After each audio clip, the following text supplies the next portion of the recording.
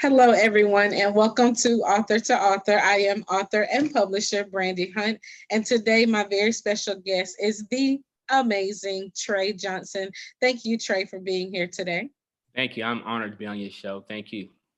Thank you so much, and you're welcome anytime. I love supporting authors, especially new authors, and you are fairly new to the author world. And before we just jump right in, pun intended, to your new book, let's just talk about you. What do you do? Where you from? Tell everybody about yourself. Okay. Well, once again, thank you, Brandon Hunt, for this opportunity. Hello, everybody out there.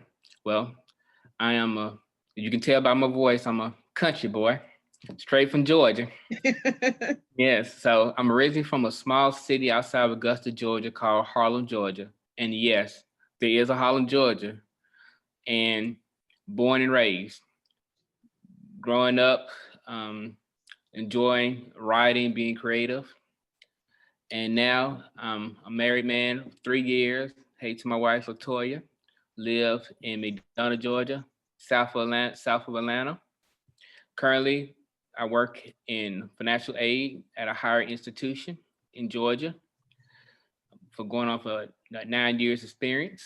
And now I'm focused on writing and promoting my debut novel, Family Scars, through my publishing company, Campania Publishing. I'm a self-published author.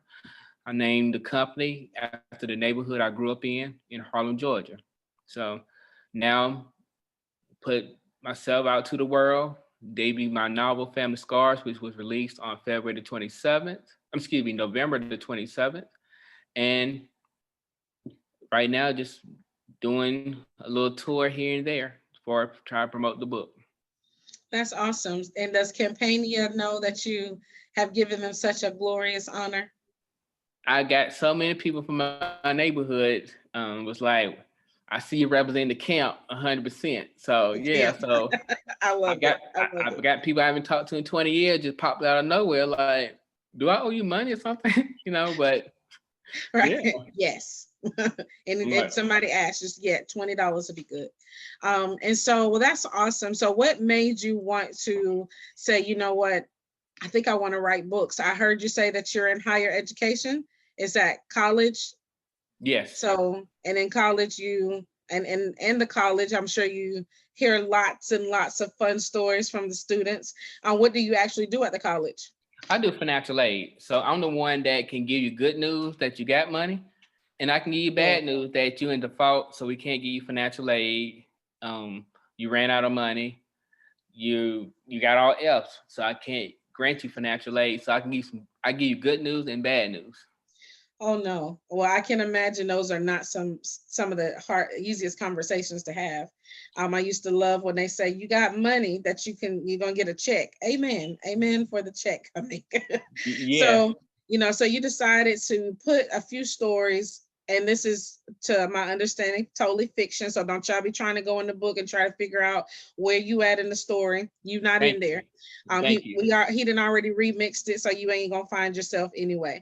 But regrettably, these are situations that happen every day. And I was just reading the description, and it says Ellis Hickman, a respected businessman and a deacon of his church, had to make the hardest decision in his life to give the green light to unplug his wife of 40 years from life support. Trying to cope with the pain of losing the love of his life, Ellis finds himself trying to reestablish a relationship with his children, confront his past, and question God why his wife died before him. That's major. All of that is major. Just reconnecting, because reconnecting or reestablishing a relationship with your children tells me that there's going to be a broken relationship with the children. Confronting his past, that in itself is hard. So I can imagine. I can't wait to read my copy. So what did it mean to you to write this book? How did it feel when you picked up the pen and you say, you know what, or open the computer? But how did it feel when you decided, I'm going to do this? I'm really going to become an author. Okay, well, thank you again for letting people know that this book, if they be trying to read, don't try to look to sue me now because it's not about you. Right. But there I are love some parts that I can really feel because I've been through it. I lost my mother 17 years ago on July 4th, 2003. it. So I understand the pain of making the hard decision of letting go and just, taking her off the machines. So Mm, one of the things I want to do as a debut author is that I want to write something that's compelling, that people can feel what I'm writing and they can understand. Most people know someone that passed away as far as a cancer or somebody who's on ventilators or machines that the doctors can't help them, so it's time to let them go. So wanting to write something that people can understand and feel. Plus, too, a lot of times people don't realize that the things that happen to us as a kid can affect us as an adult. So yeah, one of the reasons why I wanted to name it Family Scars is that when you get cut, even if it heals, you still have a scar still on your body. yeah, And so even in time, 20, 30 years ago, you still see marks. And that's like life. There are things that happen to us in the past that still affect us. Even if we don't go to therapy or even we don't think about it, it does. So want to write something that people can understand, a good read, something that can sit down maybe 2, 3 days, read the book, and just like, wow, I may not like what this character has done, but I can understand why or she did this. right. I totally agree. My mom had double knee surgery this year. So she had one in March, April, like right when COVID hit. They gave her the first one. And then she went back in September and had the second one. Ooh, And first of all, I thought she was a trooper to have done both knees in 1 year. she's a But soldier. I at Thanksgiving, she went to stand up and she was like, ouch. And I was like, I thought they gave you new knees. Once you came through it's that was September 12th ish. And so we're all the way almost in December. You should be good to go by now. And she said, oh no, I was like, really? And she's like, yeah. She said, because now it has to settle in place and take form. Like the new knee has to take form. And so the healing is still, so the surgery has Mhm. happened. The bad thing is gone. The good thing is in there now, but now the healing has to take place. And I thought emotionally, that's what we go through as well. Mhm. The blow ups that we have in our family, Exactly. maybe you have extended forgiveness. Now you have to walk that forgiveness out. The healing has taken place. That doesn't mean it won't hurt in the future, just a little bit. And letting go is the hardest part. I tell Exactly. people that all the time. Exactly. When it comes to grief, I've heard this stated: grief is the highest form of love. And Yeah. at first, I didn't understand. I lost my father when I was 12. It was 90, oh, well, 14. I was 94. And Mhm. so when I heard that as an adult, that grief was the highest form of love, I agreed. I said, because you're literally letting someone go that you will never see again until we cross over to the other side and have our Mhm. new glorified bodies. And so definitely waiting for that glorified body. Amen. And Amen. Amen. so Preach. um but so how was that? How did you handle losing? And I'm sorry about your mom, by the way. How did you handle losing your mom? How old were you? Well, I'm thankful I was 24 years old, and I Okay, said a little thankfully bit older. because I said thankfully because with my parents, one of the things that they prayed for is that if either one of them passed away, they want at least their kids to be an adult, so they'd be able to Right. take care of themselves. Compared to you, Amen. 9 years old, 10 years old, then you have It's tough. issues. Yeah, it's tough, and then of course, when I sit back and think about it, I know my mom wasn't happy at that time because she had breast cancer, and so she had one lung removed, and she wasn't the same. She wasn't happy as she always was. I mean, Yeah. a lot of places she didn't really want to go just because so many people around or people may smoke, and she just wasn't happy. And so at that time period, in my head, I never imagined, losing a parent. And so, July the 2nd, I was talking to her, joking, laughing. I was planning to come down there to visit her for 4th of July. Next day I get a call around 1 o'clock and it was like, they had to rush mom to the hospital. I'm like, okay. So I came on down and saw her with all the tubes and stuff, and Mm.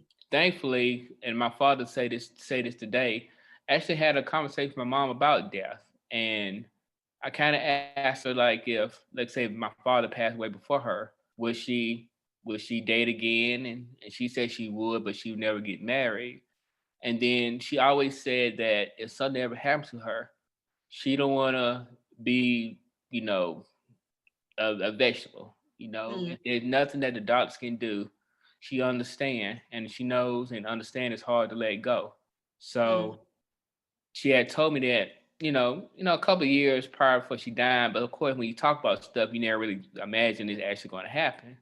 And so when we actually had to make that final decision, she passed away 5 o'clock in the morning at Doctor's Hospital in Augusta. So, still got the, I guess, scars as far as that moment, because again, that's a parent.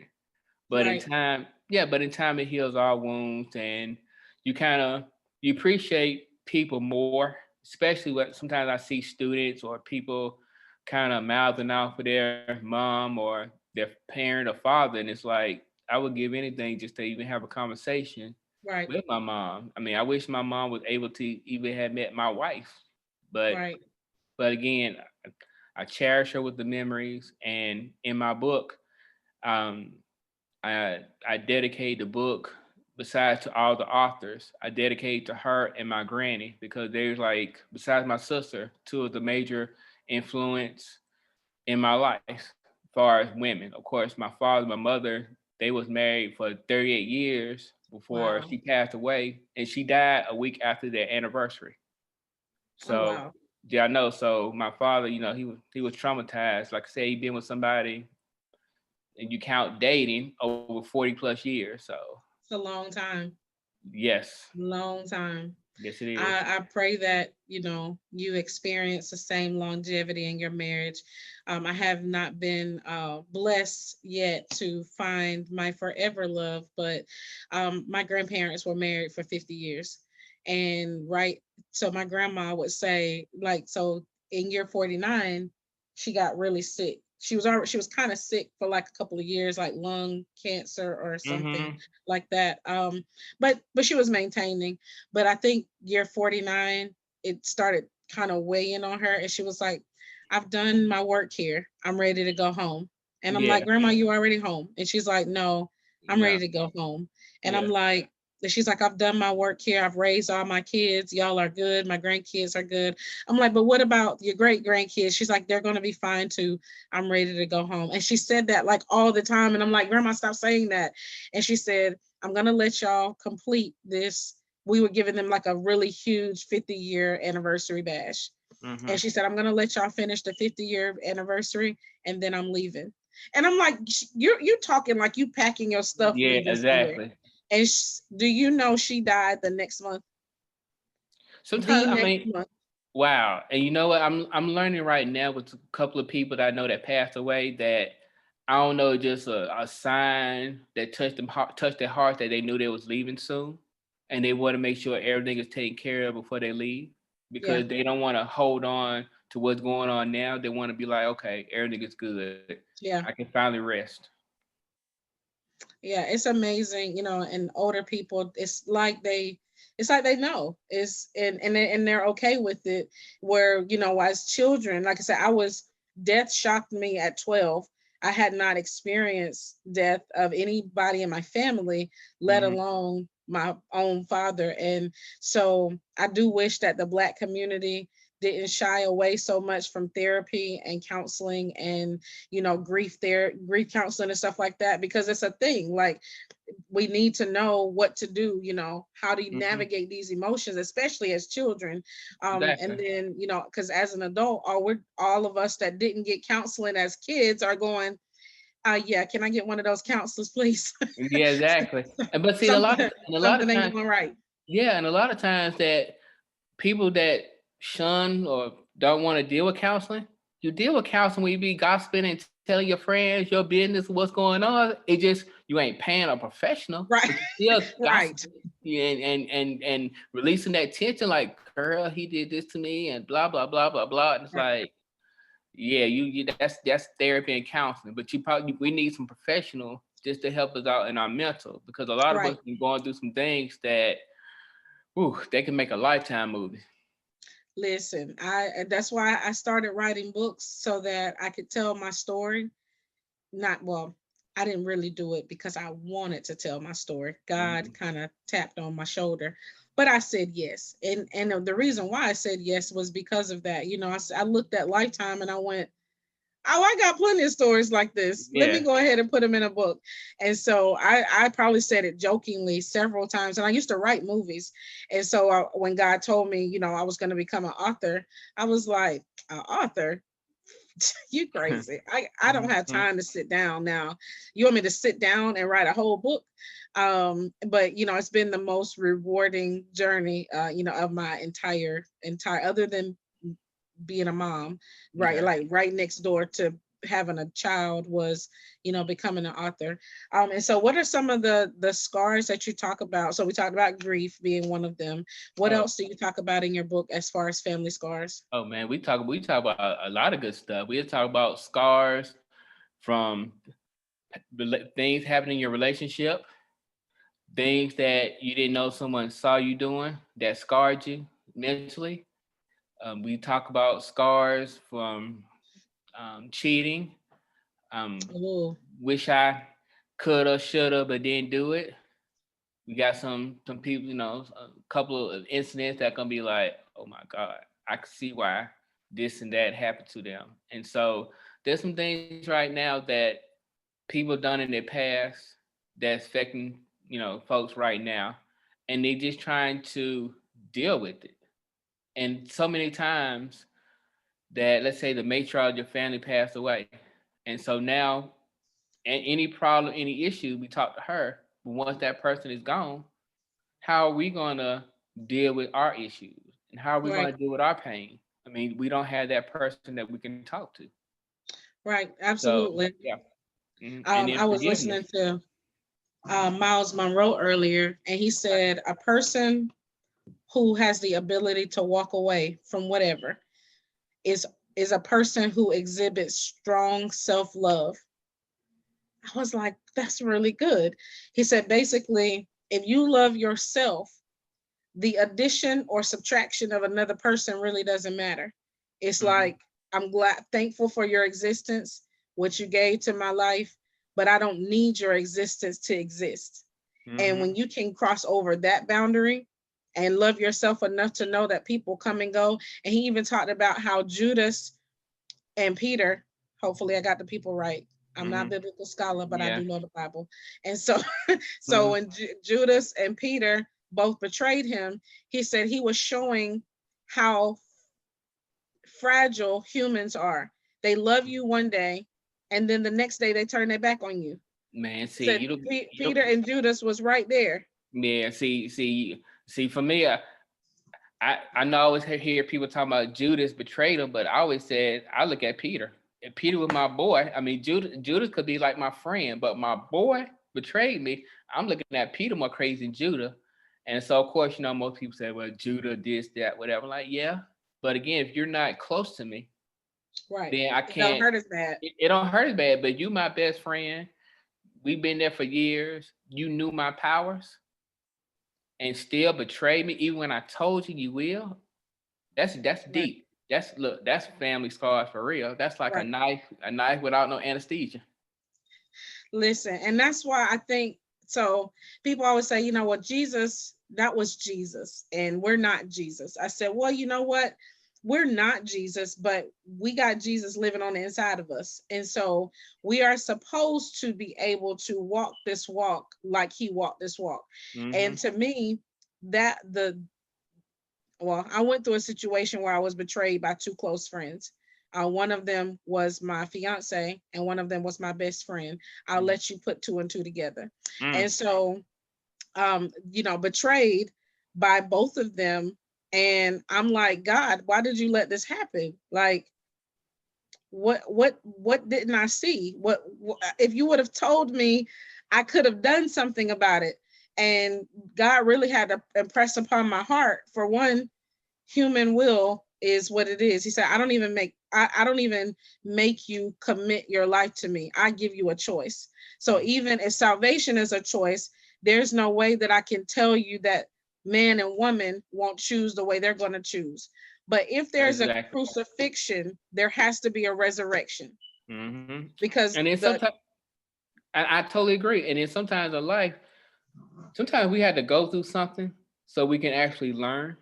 Because with life, unfortunately, with life give you the test before it right, gives you, actually teach you what's going on. the testimony. Yeah. Yes, we get many tests before we get the testimony. And I just remember this has got to be what Jesus felt like when he knew they were going to betray him. Knew Mm-hmm. off the rip. Peter, you're going to deny me. Judas, you're going to betray me. And I'm going to wash your feet anyway, because I know all of this is going to work out for my good. Mm-hmm. That's how I live my life. And my family, they be like, such and such did whatever to you. And I'm like, it's cool. I walk in peace. And they're like, no, let's, no, Peter, we're not chopping nobody's ear off. We're Walk not in taking peace. it to the streets. No, no. Right. And see, right now it's all about maturity. It And so is. and so in life, it's like right now, I want peace because I'm Right. not the same 20-year old or even 30-year-old. I'm at a point now that it's about myself. I want peace. And I know if I do anything, it affects my household. And so I don't want to have to explain to my wife something that I could have done and walked away and without having any issues or nothing. I mean, of course, if there's something that's happened, she can understand some reaction. But for the most part, a lot of times just walk away. It's not worth it. Clear your Yeah, head, pray about it, and then move forward. Because karma don't absolutely. play. It doesn't. And so I want to say thank you, because I always have to thank the guys when they come on, because a lot of guys don't talk, so they give me really short answers. But but nevertheless, whether you talk a lot or a little bit, I thank you for being here, because women, we have outlets. We have conferences and workshops and all of these things where we can exude all of these emotions and all of these hangouts, and guys don't really have a lot of that. And especially black men really aren't in the best light all the time. So thank you for coming on and showing, it not all men are created equal, not all black men are created equal. There are some good men in this world. And then for women who are watching, you heard him say he loved his wife. His daddy loved his wife. So there Yeah. are women, there are men in this world who aren't out there just trying to get everything they can get. There's men that go home at night. And I always like to try to show people there's a different. Social media paints this horrible picture of people in general. Black women Exactly. are this, white women are this, black men are the, and you can't take such a generalization and just put it on all of humanity. And so I like this other part that you have on here. Even though the book is fiction, guys, go get it, because it looks like it's a lot of good stuff in here. So he said Ellis deals with the pain that he could never imagine and doesn't know how to deal with the issues he battles daily effectively. Thinking that no one understands his trials and tribulations, a mystery man comes into the picture and introduces him to a group of men who share the same pain of losing their spouse. That's amazing, because that's rare. It's rare that you find another group of men, period, to talk to about anything emotional. Because as a child, I have a little brother, and I have little boy cousins, and I remember them saying, be strong, don't Mhm. cry. And I'm Man up. like, why? What he gonna do with his emotions? So when you get bigger, and then domestic violence is like number one in South Carolina, well, that man now exudes his emotions on this woman that you didn't let exude his emotions when he was 5. So now he doesn't have anywhere to put it, and he puts it on her. And so I'm glad you brought light to men getting together. So did you have a group of men that you were able to grieve with or hang out with, when you were going through your time? I'll be honest with you. When I go through issues, sometimes I just like to just be by myself and exhale. I mean, there are a couple of my best friends that I talk to as far as for therapy, and what's good about them is they give me keep it real advice. They don't sugarcoat it. They're not yes men. They'll give it to me straight in regards to, hey, you messed up, right? Right. And even if I look, even when me and my wife have some disputes or some stuff that's questionable, and I used to tell my boy about it, he like, she right, right. I'm all the like, time. and yeah, and I'm like, when he, I mean, like I said, he gave it to me with no chase. I'm like, she's right. So there's no need to even argue. She's like 300% right. So you just need to be quiet. And I'm just like, you're supposed to be my boy. But again, you got to have great friends like that who can be honest with you, be truthful. I mean, again, we have to have an outlet for who we can talk to, the issues, stuff going on in our daily lives. And so just growing up, just seeing, different people hang out, certain locations, certain spots, just to, I guess you said, do therapy or just have that outlet, just to relax and chill, just woosah. Right. And so what kind of advice would you give someone who's like, yeah, I don't really want to hang out with no other guys. I just want to be by myself. you Well, know, what would you say to them? well, and it's so funny. I tell students this all the time because this is funny, somewhat funny, but it's like, but I compare financial aid to like people go to a bar. And so when you go to a bar, start drinking, you're gonna start telling all your personal business. So when Right. so in financial aid, when you come talk to me about money, I'm gonna have to know your personal business. I'm gonna have to know your social. I'm gonna know your address. I'm gonna know everything about you. So you can't say, well, that's none of your business. Well, you must don't want no financial aid. And so when we start talking about money and finance, people open up to me for certain things. And so I would Yeah. tell them like, why don't you go out, maybe some therapy, go out with some friends or family. It's like, I don't want to do this, that, whatever. And so I would advise them that, okay, it's cool, be by yourself and relax. But you don't have pent up frustration or any type of personal issues that's holding you back or hurting you. I mean, pressure breaks pipes. Yes, it does. So before that pipe bust, you need to go ahead and get it looked over, examined, or whatever.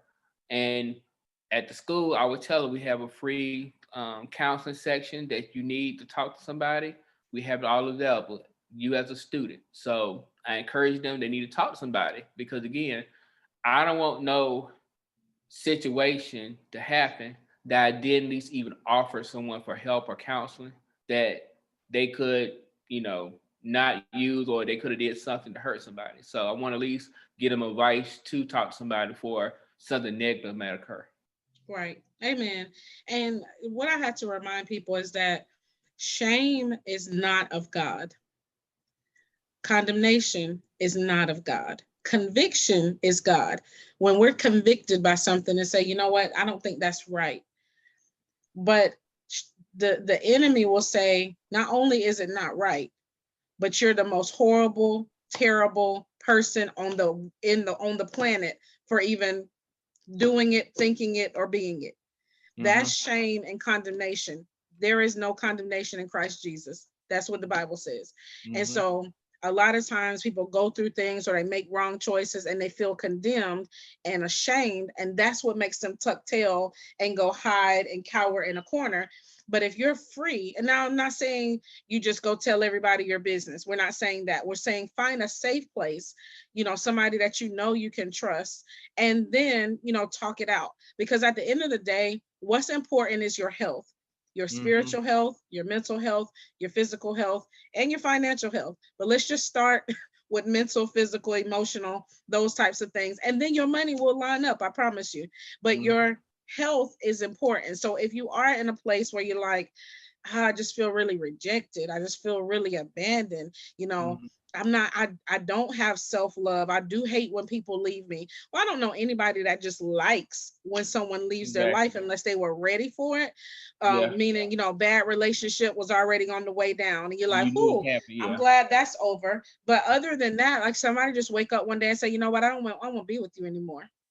Or maybe you have sisters who are fighting, brothers who are fighting. Nobody wants to be in those kinds of situations, but you Mm-hmm. have to keep addressing it. It reminds me of when you do have a scar.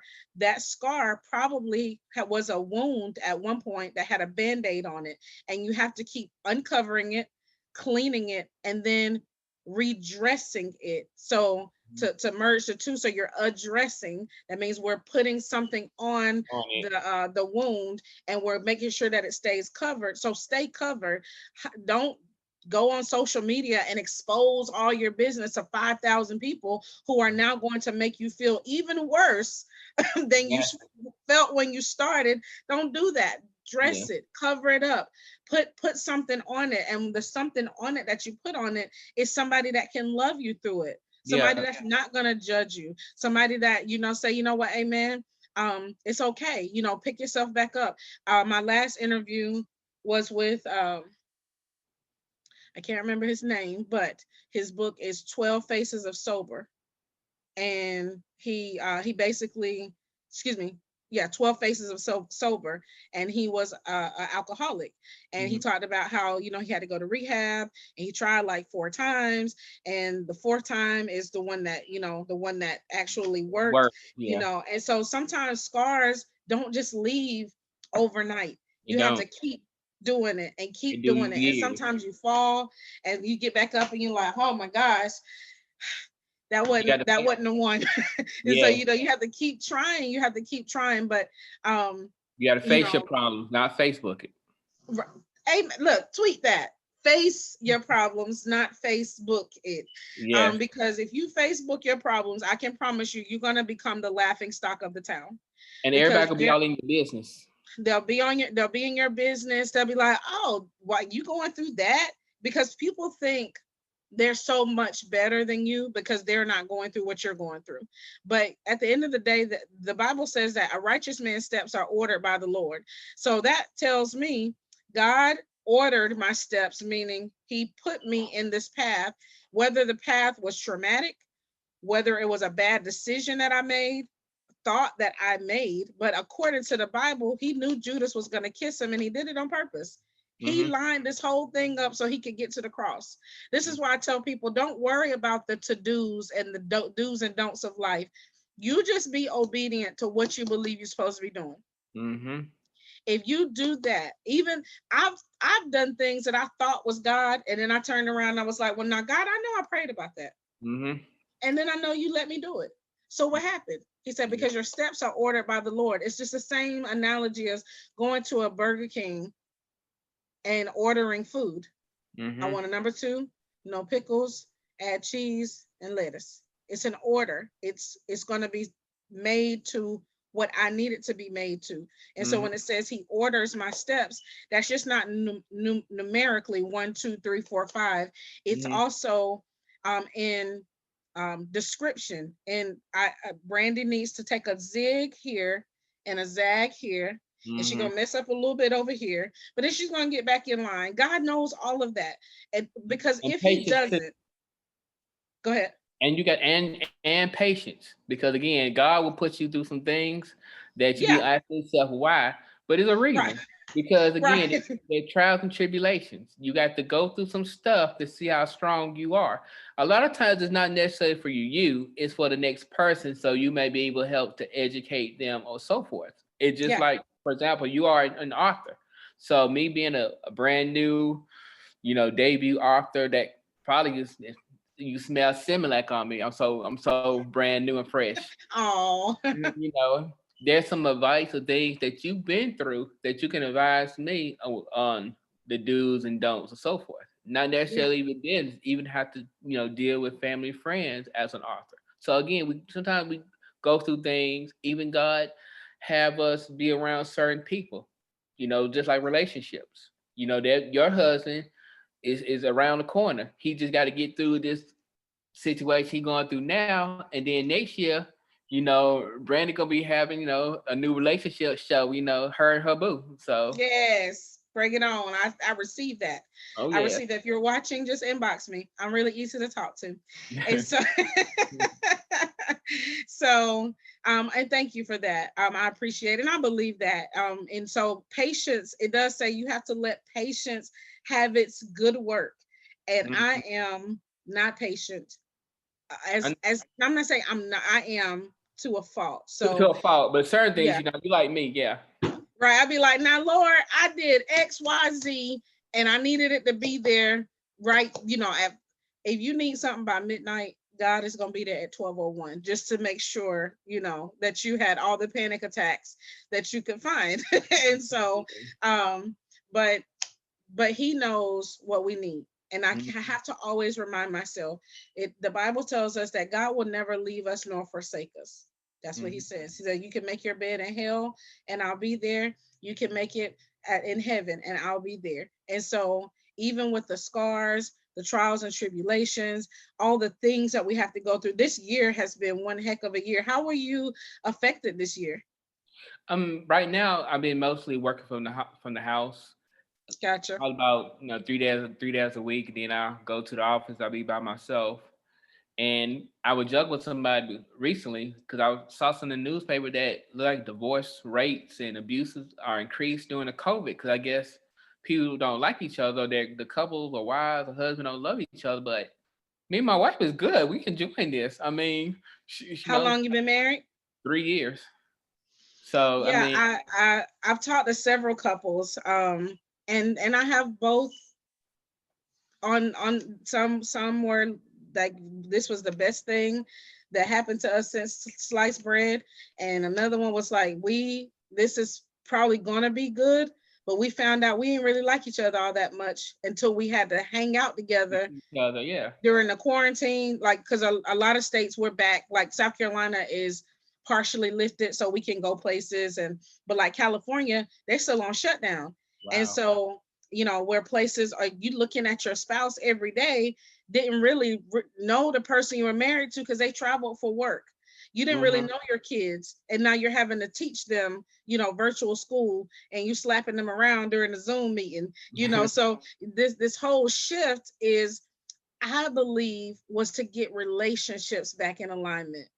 Mm-hmm. And yes, I do believe the domestic violence rate went up because we're home, and Mm-hmm. people, the money finances change You for know. everybody. You Mm-hmm. went from going to work every day to either not going to work at all, being put Mm-hmm. on like some temporary furlough, or Yeah. being told we'll call you when we need you, and now we're Yeah. going to be entrepreneurs all Mm-hmm. around the world. And Yeah. so, yeah, I think, this has brought out characteristics in people who they didn't even Mm-hmm. realize was there. And but it was a clearing. I'll say that. People, at the beginning of the year, they were like, I thought this was going to be the year of perfect vision. Mm-hmm. Because your vision is perfect doesn't mean what you're looking at is perfect. And I kept telling people that in January, like, it's going to be a perfect, 2020 is perfect. Is Mm-hmm. perfect vision. That means that you're going to be able to see clearly what you could not see clearly when this year started. And I'll be doggone, that's what happened. So we can now see clearly how some people think about us. And see, Brandon, this is what I say about 2020. And I know there's a lot of things that went on. I mean, I know some people who had COVID, different issues and so forth. And so I'm at a point in my life that I don't try to look at always the negative stuff, but I'll be Yeah, trying to look at the positive. Because yeah, 2020, I look at it as one, we were forced to shut down. And so once yeah, we forced to shut down, we were forced to either be together or focus on something. And yeah, so I'm a clear believer that we see what's going on, even like for example, the George Floyd. We force people to not be distracted on other yeah, things, to focus on this point, to have people to actually open their eyes and like, oh my God, this actually happened. And for most, African Americans, we were like, this happened all the time, but we've been trying to tell you what's going on, but you didn't want to right, listen. And so, right, and there's so much stuff going on, even to a lot of negative stuff going on, but also too there's some positive stuff because if you're at the house and you can't really do much, there's no excuse for you to work on your goal. right. Even None. even if you may not have the money, or even if you may not have resources, you had the opportunity to work on a business plan, research, venture capitalism, um, just other resources. You just got to take advantage of your situation because again, you never know what may happen with your job because you never want to put faith in no job, and you want to make sure that you have the best possible plan for you and your family. It's something like this ever happened because it does not guarantee what's going on because Right. you never know what happened because we will never. Who would have said that the world would shut down in 2020? Never would have thought it. I was traveling when this happened. I'm a corporate trainer, and so Mm-hmm. I was traveling around the United States, and I was in St. Louis, Missouri, teaching my Mm-hmm. class, and I think we were probably a week into coronavirus. Coronavirus is coming, and or Mm-hmm. it's people are getting sick, and I remember them calling me on my lunch break, and they were like, "Y'all got to go home," and I'm like, what you mean? Like, they're like, after this class, we'll let y'all finish the class for the day. She said, ask your class if they want to stay or if they want to go home. She said, if they want to stay, you can finish teaching. If they want to go home, give everybody their certificate and we gone. And I'm like, y'all got to be kidding me. Wow. And she's like, yeah, you're playing. We're sending all the trainers home and we'll call you when we need you. Or we'll call you when the world opens back up, is what she said. Yeah. I've been at home since March. And so because I'm on rental cars, hotels, and airplanes, like the three top places that they say, don't go unless you have to, was Mm-hmm. like my home is a rental car, a hotel, and an airport. And I was devastated. I was like, what am I going to do? And God was Mm-hmm. like, do what I put in your hand, Moses. Moses, what's in your hand? And I'm like, a publishing company. I had just really been doing both, toggling back and forth, not really able to give my all to the publishing company because I was given partial to traveling and speaking. And Mm-hmm. so here we are. So you're right. We don't ever know. But I raised the baby while I raised myself. So I was 20 when I had my daughter. I've been through a Mm-hmm. personal pandemic several times. I've Mm-hmm. known when I don't know where I'm going to get my grocery money because I got to pay my rent. Or I don't know if I'm going to pay my car payment because I got to pay my insurance. I've been there financially. I've been in my own personal pandemic. So this year was just like, okay, put all the skills that you know to work. Every Yeah. last one of them. Do what you can. We're not in survival mode necessarily. I told somebody, I said, if this is survival, we spoiled. Yeah, because we've United been through States, stuff. we Yeah. are really spoiled. I said, if you think this is survival, now the homeless people, that's survival mode. Yeah. I heard a man say he went from having a mansion to being homeless. That's survival mode. But if you're on Facebook complaining about having to work from home, you're spoiled.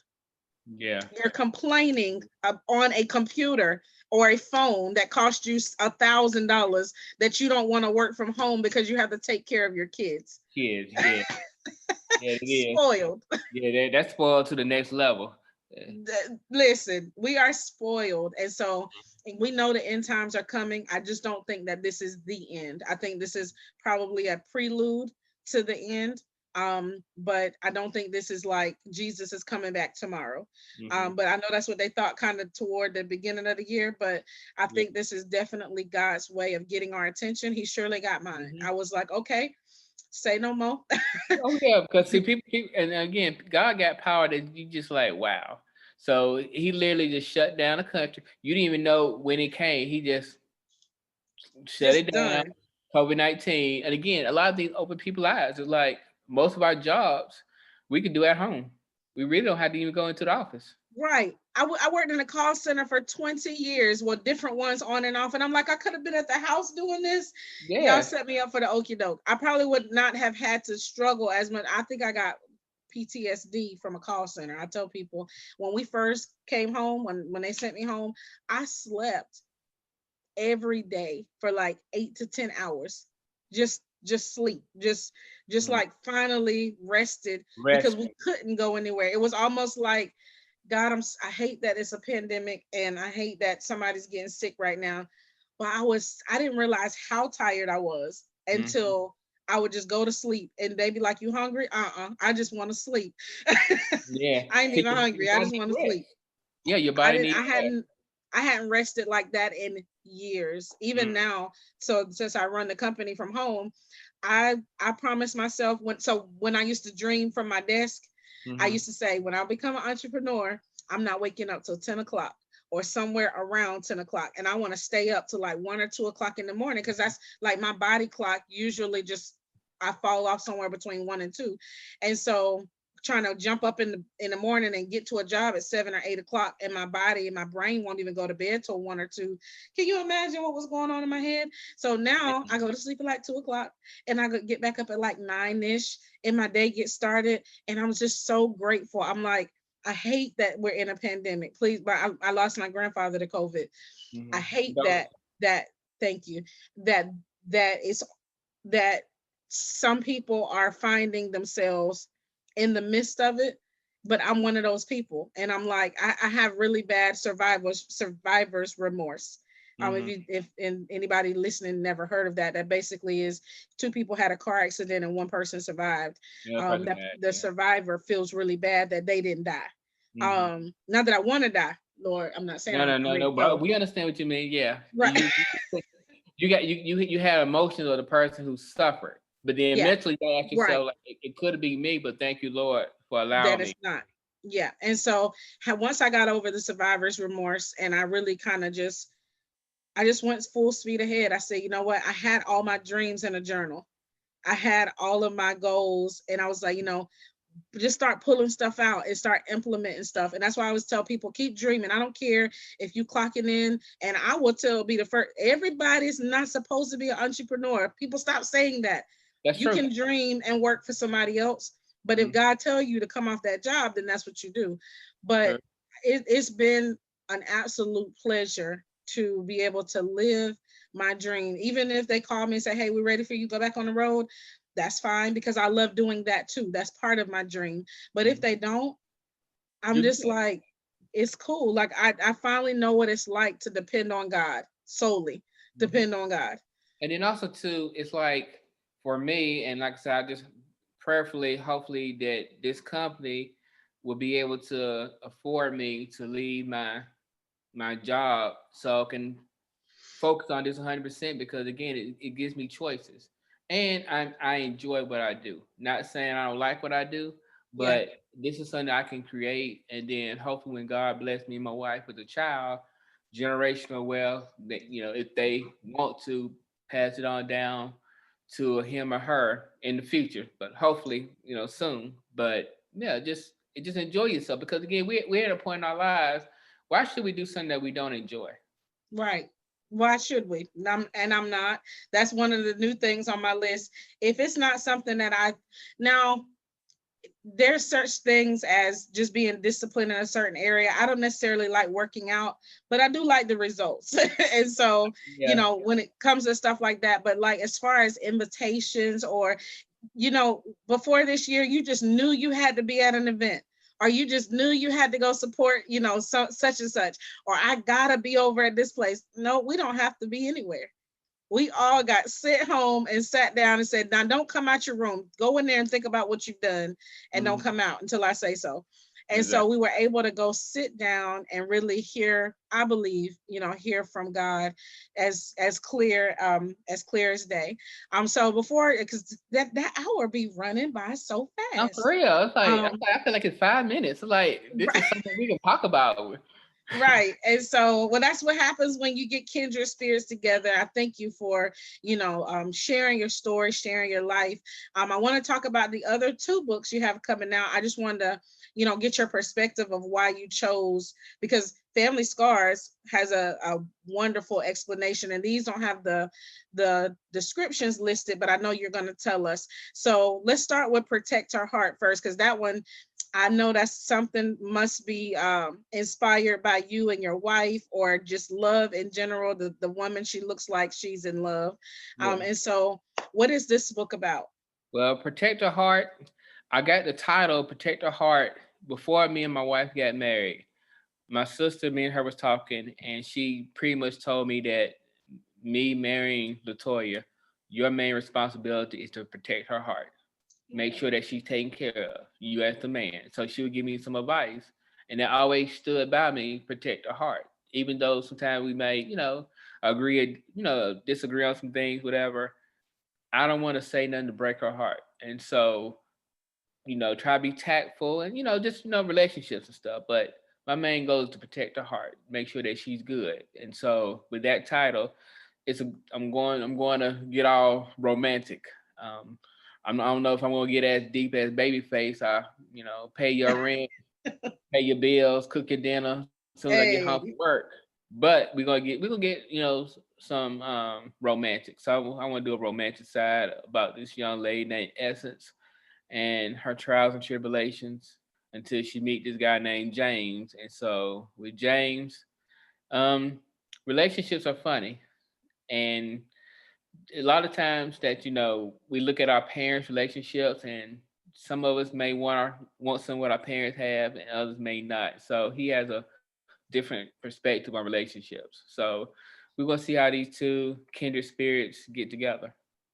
That's awesome. I can't wait till it comes out, and that's going to be out sometime next year.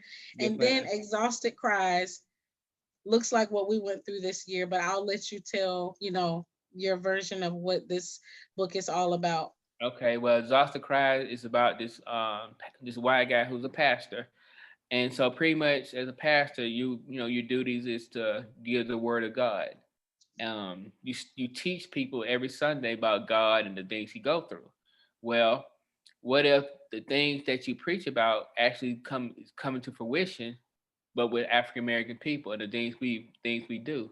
And so now, seeing and witnessing a whole lot of stuff going on, it kind of questions your faith and even question the people you deal with.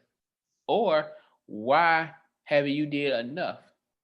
Am I too privileged, or Mm.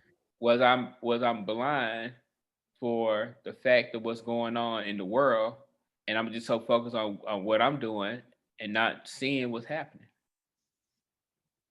I love it. I love it. And I love that you're so multi-talented.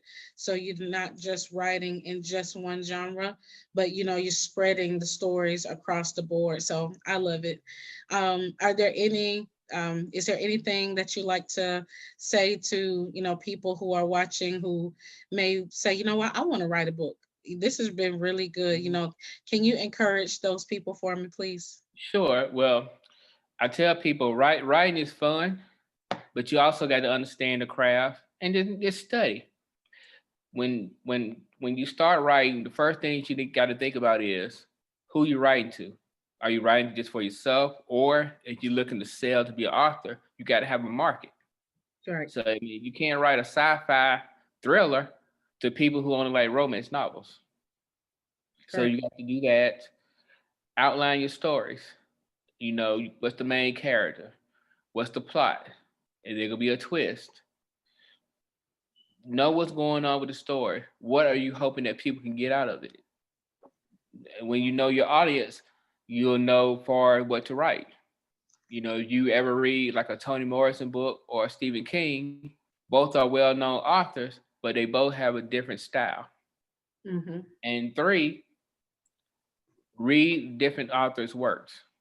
See how they use, transitional words, how to do the plot, the storyline, the characters. Just study everybody's craft. And then once you do that, then you can have an idea as far as writing. Um, I'll say at least try to take 30 minutes a day. You can find at least 30 minutes a day to either write, outline, or Yeah. read, step by step, working on towards your goals. And then once you do that, then of course, you got other things as far as marketing, websites, and just a whole lot of other business ventures that you definitely want to have to take care of. But if you want to start off, study crafts, read, outline, and don't just write just to write. If you don't really love it, don't force yourself into it. I I agree. I enjoy writing. To me, it's fun, and I love to see people how they feel when they write, when they read something I write, and it just gets me excited. It's like monster drink without drinking the monster drink. Right. Right. Well, that's awesome. Thank you so much for those. I would agree with all of those tips. Outline, write, and read. And because sometimes you're not inspired, that doesn't mean that you shouldn't still sit down at your regular time. So, like if you schedule yourself from 5 to 6 and you're like, you know what, I'm just not inspired to write, I'm just not going to sit down today. No, sit down because it's when you still your mind that the thoughts then come. Sometimes God won't drop the thoughts because you're all over the place. And so Exactly. once you sit down and you pick up the pen, and let's just say you say, well, I still don't hear anything. Study something that inspires the topic. Mhm. Read a blog, go to YouTube. Let's YouTube. stop making up all these excuses. Or maybe, like he said, Maybe you're not writing because you really don't want to and you just thought it was a good idea. Now, he didn't say that. I'm just saying that.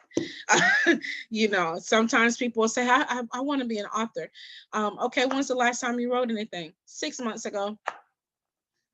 6 months. I Mm-hmm. don't I don't think your time, maybe it's just not time for you. Not saying you don't want to, because Mm-hmm. especially with this year, maybe your wants and your demands on your life didn't line up. Mm-hmm. But for me, we make room for what we want to make room for. I have learned that this year.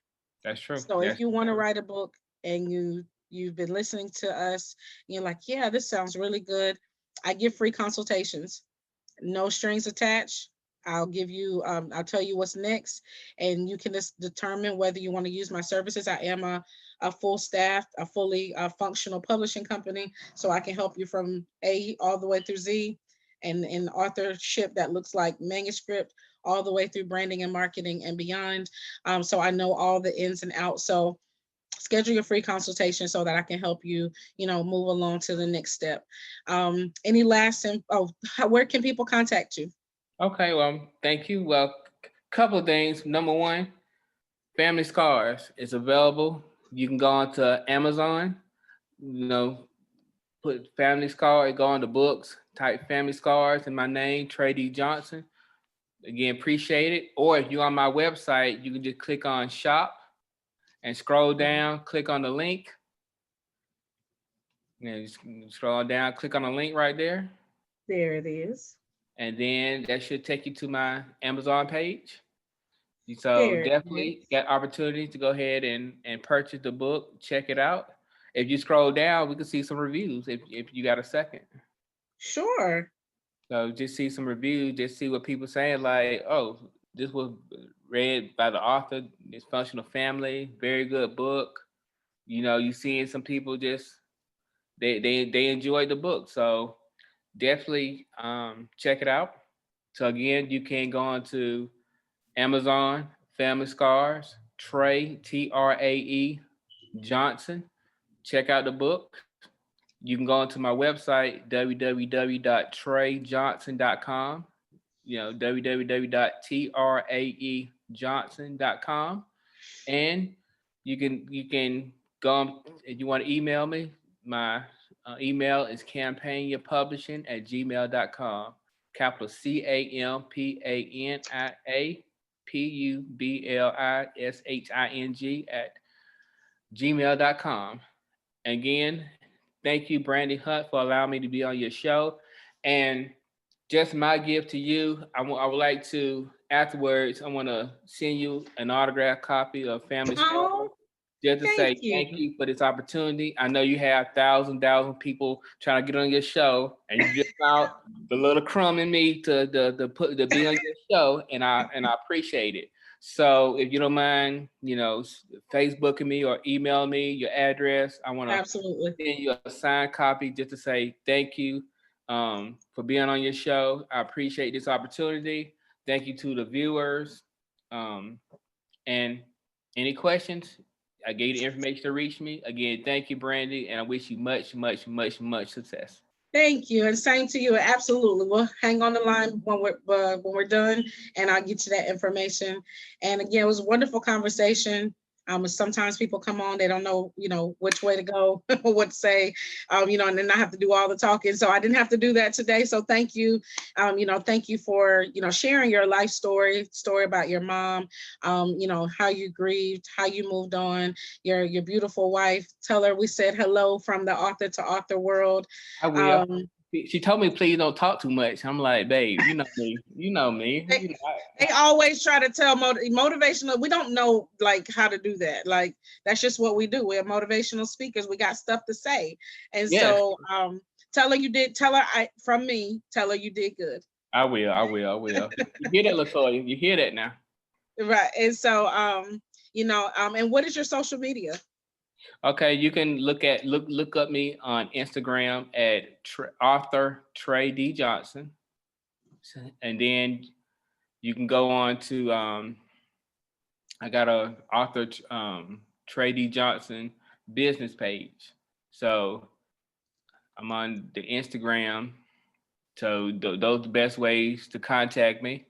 And If you still want to talk to me, like I said, go onto the website, my email down below, and she'll be able to reach me. I try to not be too hard to find. Good.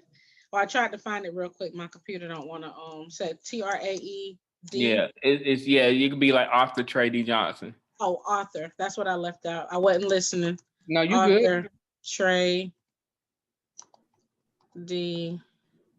Yeah, all of his space. Yeah. Johnson. Let's see what happened now. Okay. Dun dun dun. Well, y'all go look him up. Author, look, my computer. Oh, there you go. I'm like, my computer just wants to just freeze up right now.